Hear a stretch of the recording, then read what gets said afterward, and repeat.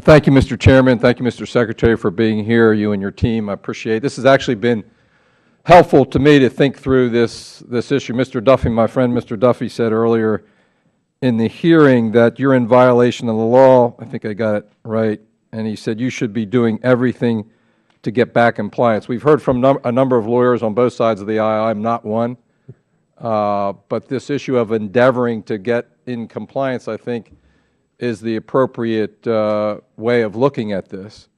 It seems to me it would be inappropriate, and I think Mr. Mulvaney suggested he agrees with this in his questioning as well, immediately, because you would be imposing that burden on borrowers who would have to absorb that higher rate in that particular short-term period of time, and that gradually you would gradually increase the rate or set it at a level that would get you in compliance over a period of time. Is that what you're trying to do? Yeah, we're trying to continue to strengthen the health of the fund, certainly, and we are projected to grow by at least $7 billion in net value over the next several years because of all of the measures that we have taken. And premiums are still 50% higher than they were when the housing crisis started. And at the same time, as you suggest, be able to serve the Americans that FHA thousands of more has always served. Right. So that was kind of the next part of my my questioning, and that is, how do you feel like you're doing that part of your mission right now when, as I say, I heard you say your average credit score now is 680, to the extent that reflects the market that your target market. It seems a little high. You have a floor of 500, and for those under 580, you require 5%. How do you feel that you are addressing that part of your mission to help those potential home buyers? I certainly see these steps that we have taken as prudent and necessary to return the fund to the 2% capital reserve ratio. At the same time, what we want at FHA is to be able to afford as much opportunity. So it's kind of a balancing act, right? I mean, it certainly is. It always is. And for instance, the fact that we've now put a 10% down payment requirement on folks who have less than a 580 FICO score. That didn't used to be the case before. And so the effect of that, of course, is that you're making it harder for folks who would be responsible and. So as we think about this capital number target 2%, kind of like we would the national debt, where there's a lot of discussion about that. You know, we wouldn't want to pay down the national debt next year, would we?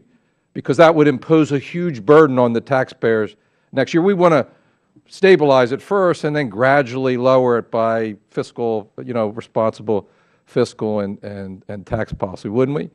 Yeah, I think doing it smartly, and that is what we're doing at FHA. Right. So I'm disappointed that my friend Mr. Stivers left, because he talked about the pricing of risk and the market pricing of risk and risk sharing. I would encourage you. It sounded like you said you're not actually doing that. I would encourage you to do that. And I have a method in my request, is because Mr. Delaney, Mr. Himes, and I have been working on a GSE reform bill, the essence of which is to do. Mr. Perlmutter hates our bill, but anyway, the essence of which is to appropriately price risk. So it would be helpful right now.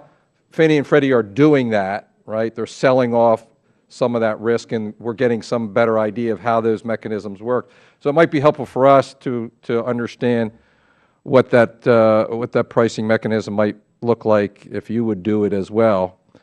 Do you intend to do that, or you said you're not doing it? Well, what I said is that we're open to thinking through that and following up with you. That is not something that we are doing right now. We're open to considering ideas like that as long as we can meet our fundamental mission. There also is, as you know, Congressman, a cost involved to FHA to be able to administer that, and so we're concerned about ensuring that to the extent that ever came to pass, that we would have the resources to be able to do that. But we'd love to follow up with you. Yeah, I'd love to. We've had some assistance from your folks already, and we appreciate that very much. It's really the unfinished business, if you will, of the near financial collapse, we think. There's been some considerable disagreement here on this committee. Members of this committee want the government to be completely out of that. We think that would risk the 30-year fixed rate mortgage. We think our mechanism appropriately would price that risk, and we hope to move that forward. So thank you very much for your testimony today, and good luck to you. Thank you. Time of the gentleman has expired. The chair now